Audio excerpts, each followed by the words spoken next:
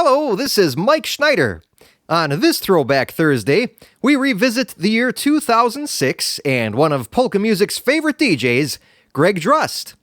For more information and to join the Polka Visionary Society, please visit MikeSchneiderband.com and click on the fan club link at the top of the page. Happy Throwback Thursday, and thanks for listening. It's time for the introduction of this year's Polka Visionary Personality of the Year. Now, here's your host, Mike Schneider, with a very special guest. Thank you, Jeremy. This year's Polka Visionary Personality of the Year is the Society's first not to be a professional musician, yet his expertise and knowledge serves as a resource to people in his field from throughout the world. His promotional accomplishments have twice earned him the Support and Promotion Award from the Wisconsin Polka Hall of Fame. While his sight may be gone, his vision for polka music's present and future is 2020. It is now my privilege to introduce the Polka Visionary Personality of the Year for 2006, Mr. Greg Drust. Starting with our customary first question, Greg, how did you get your start in polka music? My parents tell me that when I was somewhere 12 months old, they bought a turntable and a few records. One of them was a Little Wally 45. And when I saw this thing spinning around and around on the turntable and heard the polka music coming out, they tell me I was just mesmerized, fascinated by the record, fascinated by the movement, fascinated by the music. And that's when the music bug bit very early in life, and it stayed. So who are some of your early music influences? My exposure and awareness to polka music came in different levels. My father was from the part of Chicago where all the great Polish bands were. In fact, Lenny Gomulka and Steve Adamczyk were from the same parish. So the type of polka music that he brought into the house was Polish music, much of it from Chicago. And the great exponent of that was Little Wally, who was my favorite as a small boy.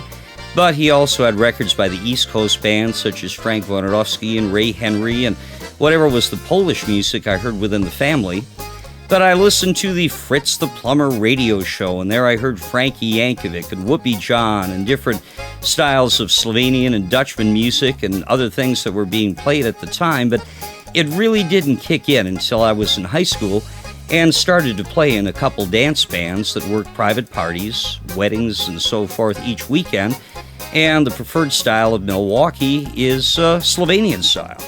So that's what really started to grab at my mind, and my favorite became Frankie Yankovic. And when I started my own polka show in California in 1978, most of the music that I had in my library and most of my knowledge centered around the Polish style.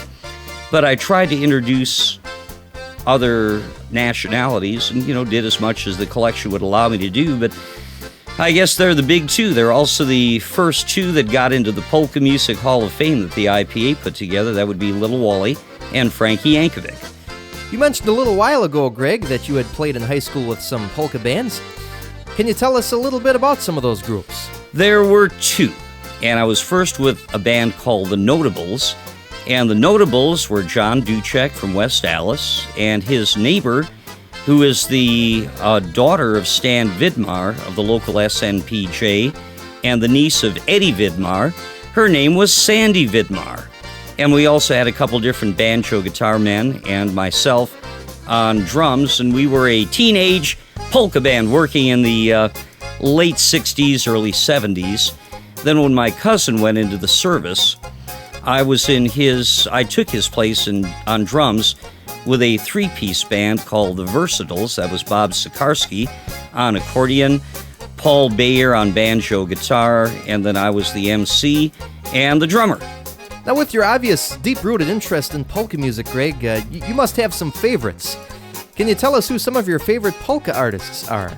Yankovic really has a very special place in my heart because I got to know him a little bit the last 10 years of his life. And, of course, being on the radio in Milwaukee and moving back to town now, I've done so much in the Slovenian field that Yankovic seems to have really started it out for me here, and there's only one of a kind. But I'm also very, very partial in the Slovenian style to Johnny Vadnal and Johnny Pecan.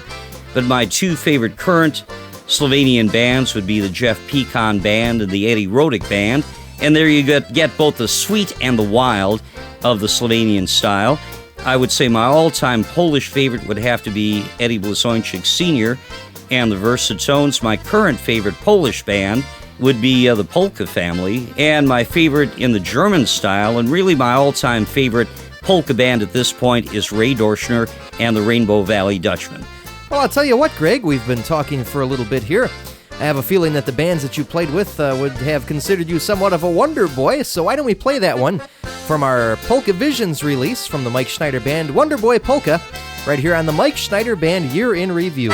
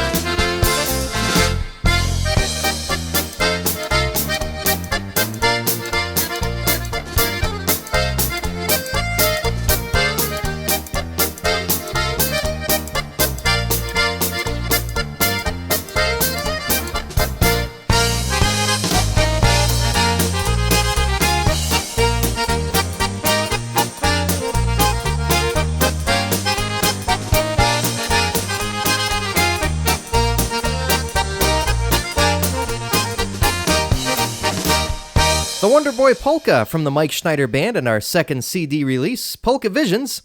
And we're speaking with 2006 Polka Visionary Personality of the Year, Greg Drust. And right now the question I want to ask you, Greg, is I've always admired your extensive record collection. About how big would you estimate it to be? Somewhere between 500,000 and a million pieces. Now that's certainly impressive, Greg, but I seem to remember in the Milwaukee Journal Sentinel article that was done on your life a few years ago that they estimated the collection to be around 300,000. What happened? When I did the article for the Milwaukee Journal Sentinel, I think I said 250,000. But Gene Roberts came in here, Gene Roberts from WTCAM, and said, 500,000. And I just recently put 100,000 45s in storage, and you can hardly tell it. So I thought, well, I've got to rethink that. If I put 100,000 somewhere else, there have got to be more here. And this time Gene Roberts says, you got 1 million. So it's somewhere between 500,000 and 1 million. So how did you get started as a collector? That went in stages too. As a child, it's just what I was given by the family because I started as almost an infant. And when I had a few bucks, my parents or aunt and uncle would take me to Chicago to the record stores, and I bought polka records. And incidentally, when I talked to Joe Oberitis, Pan Youssef, he told me he used to do the same thing go to the same Polish record stores in Chicago and buy Polka records. And his aunt, I think his Ciocia, said, well, Joe, I'll take you to any toy store and buy any toy you want. He says, oh, Ciocia, Auntie, can't I instead go to the Polish record store and buy some records? And I was the same way. That's what I wanted. And they'd always cut me off. I'd want a lot of them. But, if I got 5 or 10 LPs, that was pretty good. Then when I found out that you could get records off jukeboxes, 3 for $1, I started to buy those. Then when I found that record companies would cut out records, cut them out of their catalog, and sell them in drugstores for $0.25 or $0.10 a piece, I bought a lot of those. And then when I found out that thrift stores were selling them for 10 cents a piece, then I started going around to the thrift stores and buying those. As years went on, I started to write to record companies and purchase DJ copies right out of their catalogs. And of course, bands and artists would give me promo copies too.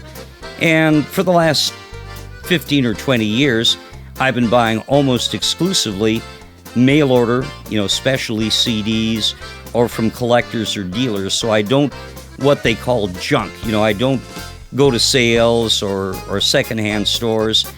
It's just not time efficient for me. So to get the type of material that I want, the good stuff, the rare stuff, I deal with those people that make a living doing that. So out of your thousands of records, Greg, which one would you say is your most prized? 2. Frankie Yankovic's first 2 78s on the Yankee label that he put out himself in the late 1930s. That's before Jolly, before Continental, before Columbia, his first 2. Are there any others that are special to you? As far as prized polka records, over the last many years, I've tried to get as many autographed records as I can in all styles of music. So my autographed Yankovic records, the Johnny Pecan 245 extended play set polkas and waltzes for young people, as autographed by Johnny Vadnal, that's a real prize. The Johnny Pecan records autographed by Lou Trebar and Paul Yanchar. Those are just precious. The autographed Roger Brights, they have a very, very special place in my heart.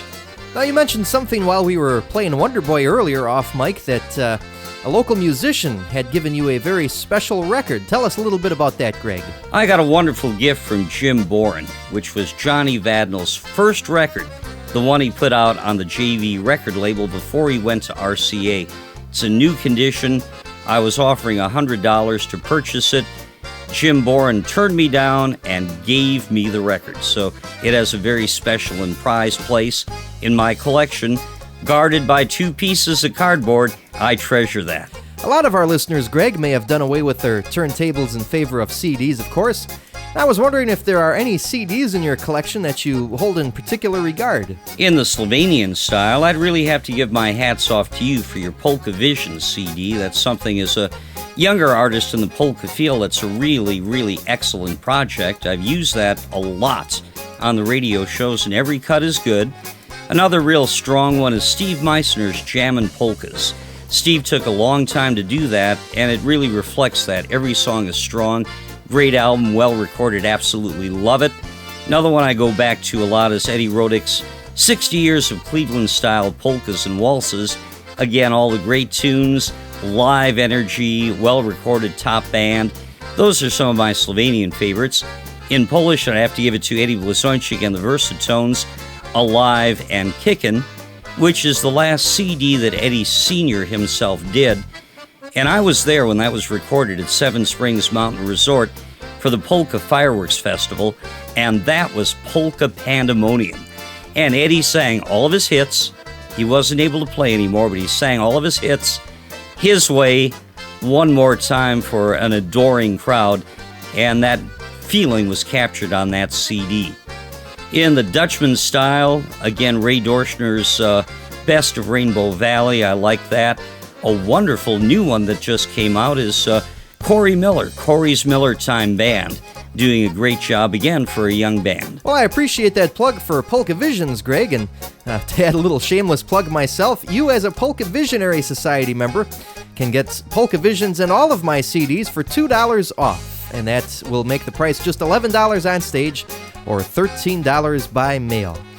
Now, I want to ask you, Greg, what other kinds of music do you really enjoy or do you collect? I collect what's called now Americana. It's American folk-based music. I have a lot of black blues music, and in fact, in 1977, one of my listeners to the Santa Barbara show, which was before the Polka show, had asked me if I would like him to help bring live blues music to Santa Barbara. And we did that. We started the Santa Barbara Blues Society, which received an award from the Blues Foundation in Memphis for being an early organization doing that type of promotion work. A year or two ago, it got another award from the Blues Foundation in Memphis for being the longest running, continuously running blues society in the country. And in 2007, it will be celebrating its 30-year anniversary. So I feel very, very satisfied that my work of the past is still giving to people. Along with that, I collect 50s rock and roll, pretty much pre-Beatles, specializing in rockabilly and rhythm and blues. I love the older styles of country music, honky-tonk country, western swing, bluegrass, what's called southern gospel music. I like all styles of jazz except for fusion.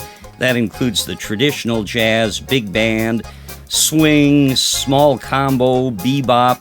You name it, I have all that in the collection. I have some 20s and 30s music. I have New Orleans rhythm and blues. I have some of the older classic pop music, which you would call the American Popular Songbook, some vaudeville music from the early 1900s, and I think that would about cover it. I would imagine that all of your expertise and knowledge in the various styles of music would give you somewhat of a unique and interesting perspective in polka music. I feel my unique position in the polka field right now is I'm able to discuss polka music in reference to the other styles of American music that I collect and study, such as country, western, blues, and jazz. And I can put polka music in terms that I feel it will be accepted by fans and scholars and those interested in other styles of music. And I myself would like to put a class together for school children, not on polka dancing, but on the history of polka music, the different styles, the different instruments, how one thing influenced another, how one thing is different from another, and I can do that. Well, that's great, Greg, and I know you mentioned earlier that you appreciate the Mike Schneider Band's original material. And you know, we did a whole medley of my originals at the National Cleveland Style Polka Hall of Fame's award show just a few weeks ago, or a few months ago, depending upon when you're listening to this. It was over Thanksgiving weekend 2006 in any event. And let's do one from our Stretch of the Imagination release, again, that we did at the Polka Hall of Fame Awards Show 2006. One here called Midnight Reflections.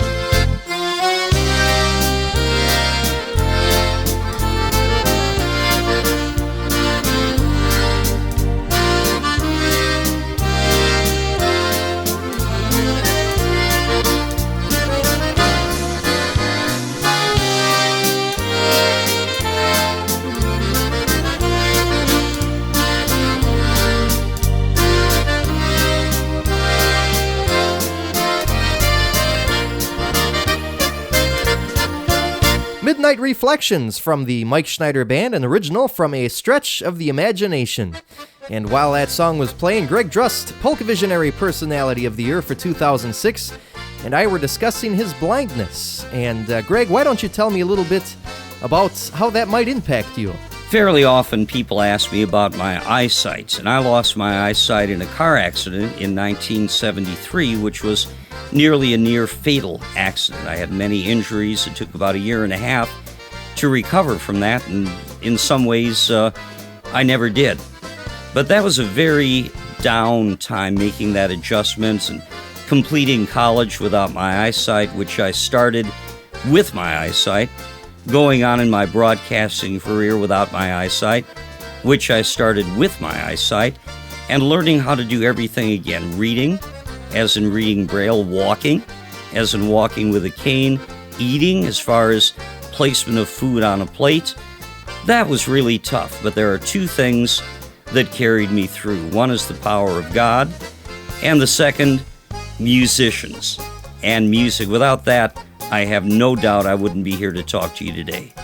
And out of all the music that is most special to me, my favorite is, I'm sure your favorite too, that's polka music, all styles. Now, when I'm speaking to people about you, Greg, they often refer to you as Greg Drust, the blind DJ, and typically with that qualifier. I'm curious, how do you respond to that, Greg? I think I'm being sold short when people view me as a blind disc jockey. I deal with the blindness as a matter of everyday life, and it doesn't seem anything that difficult or that unusual to me. I would like my work to stand on its own merits, and that's why I really don't bring the blindness into the radio shows, because I want people to say, hey, that's a good radio show. That's good music. It needs to be a good show. After that, it may be some icing on the cake to know that I did the whole thing without being able to see it. Well, Greg, it certainly is a matter of icing on the cake from my perspective, because no matter where I go, people may refer to you as Greg Drust, the blind DJ, but they're very quick to follow that with Greg is also one of my favorite DJs. And if you have not heard Greg Drust yet, be sure to check him out on AM 1340 WJYI in the Milwaukee area, starting at 11 o'clock on Saturday mornings, and also on the web at 247polkaheaven.com. And as is customarily the case, Greg, I have one final question for you, and that is, what do you see for the future of polka music? I see a very bright future for polka music, and to do this, you have to be forward-looking. If any business is run today as it was 50 years ago, the business would really not be doing very well. Now, you go back 50 years, that's 1957. If automobile manufacturers are making cars like they made in 1957, I don't think they'd sell too many. If drug companies were still distributing the same medication and the doctors were doing the same procedures that they did in 1957, well, it'd take care of the population explosion, but, we have things that we can benefit from. And if you look in a forward-looking sense, we have polka radio stations over the internet that are 24-hour-a-day polka stations. We've never had that before, and there's more than one. And there are archive polka shows on the internet that can be heard all over the world any time of day or night. Now, I do a show for 24/7 Polka Heaven on the internet. My supervisor, Ray Zalakar, has told me that he has gotten emails from soldiers in Iraq and Afghanistan that are listening to our polka music as their connection to home. And I feel very, very good about that. My buddy Bob Ziegenbein of 24/7 Polka Heaven has gotten an email from an American citizen now living in China. And he's listening to our polkas in China because that's a connection to home. You could never do these things before. There's a 13-year-old polka disc jockey who does a very good show. He's available 5 hours a week on the internet from Australia. He himself is a piano accordion player. I've heard his show. It's very good. And he plays CDs from the United States, Slovenia, Germany, different places in the world. Who would think of a polka show in Australia? It's happening now. People say things are going down with polka radio. Things are going down with over-the-air broadcasting everywhere. That is due to deregulation by the Federal Communications Commission, but look at what we have on the internet. People say, things are going bad, the polka bands don't have any places to play. Well, the rock bands are playing for nothing. In Los Angeles, the rock bands are playing the nightclubs to play there in hopes of being discovered. Live music has really taken a hit, not just polka music. You look at where we fit in to the entire scheme of the music field. Now, what we in polka music have to offer is live music. So much of the rock scene now is pre-recorded because that music can't be duplicated on stage. It's studio created. Or you have people singing to tracks. You even have that going on in church. We offer a full band. We offer 4 or 5, maybe a 3-piece, maybe a duo sometime, but live music. We advocate live music. We have polka festivals going on all over the country. This wasn't happening 50 years ago. We have polka bands touring the world. This wasn't happening 50 years ago. Hey, things are great, friends. We have more albums in the form of CDs coming out now than I think we ever had in history. Now, if the bands weren't making a little bit of money putting out CDs, they wouldn't lose money every time they put one out. There's got to be something happening. We see polka music being taught in the schools, particularly in Wisconsin. Now, that's something new. The Wisconsin Polka Boosters are doing that. Steve Young did that for the Wisconsin Polka Hall of Fame, and others like Jim Peckel and Don Cheeseborough, who has the Wisconsin Rapids Ethnic Ensemble. That's an award-winning group of high school students playing polka music. They used to do this in Pulaski, and they called it the Pulaski Bohemian Bunch. Jim Peckel has done that also in the school system in northern Wisconsin. So there are efforts. Vi Bergam, who really started the efforts to have the polka as Wisconsin state dance. Vi Bergam has been teaching the polka dance for years to grade school children. So that's a new development in polka music. And we see polkas being used for political and civic events. And also the polka has become Wisconsin's official state dance. And the Wisconsin Waltz, which is a Lawrence Duco number redone by Gary Kuchenbecker, that song is now officially Wisconsin's official state waltz. Well, Greg Drust, I thank you for joining us on this interview and being the 2006 Polka Visionary Personality of the Year. Mike, thanks for asking me to be in the company of Don Hinjady, Gordy Hartman, Joey Miskulin as your 4th Polka Visionary. It's a tremendous honor, and I should say I've been your first blind polka visionary, and it's been a pleasure sitting here watching you as we're doing the interview. Your eyes just really twinkle when we talk about polka music, and I would like to encourage my fellow polka visionaries to support your group, the Mike Schneider Band. Always a great, great job. The music is in top form. People are always treated well. You're taking your show on the road. I was really happy to see how warmly you were received in Cleveland. You're a good radio man, having started at Cardinal Stritch and continuing with guest shots on WYMS, and now your regular show on WJYI. You're a great radio man. You're also a wonderful songwriter. I prefer the songs that you write, like Tanya's Polka and Libby's Lendler and all those great songs. Even prefer that to your interpretation of the polka standards, and those are well done too. So in all of your endeavors for promoting polka music, as a writer, as a recording artist, as a disc jockey, as a polka personality, Živio, the best to you, and let's enjoy the great music of the Mike Schneider Band. And again, thank you for listening. If you like what you just heard, please consider joining the Polka Visionary Society for only $14.99 per year by going to MikeSchneiderBand.com and clicking on the fan club link at the top of the page. Or consider purchasing one of my CDs on the music page. This is Mike Schneider again, wishing you the best of health in the days ahead. I hope you'll join me again next week, Thursday, for another special throwback edition of the Polka Visionary Podcast.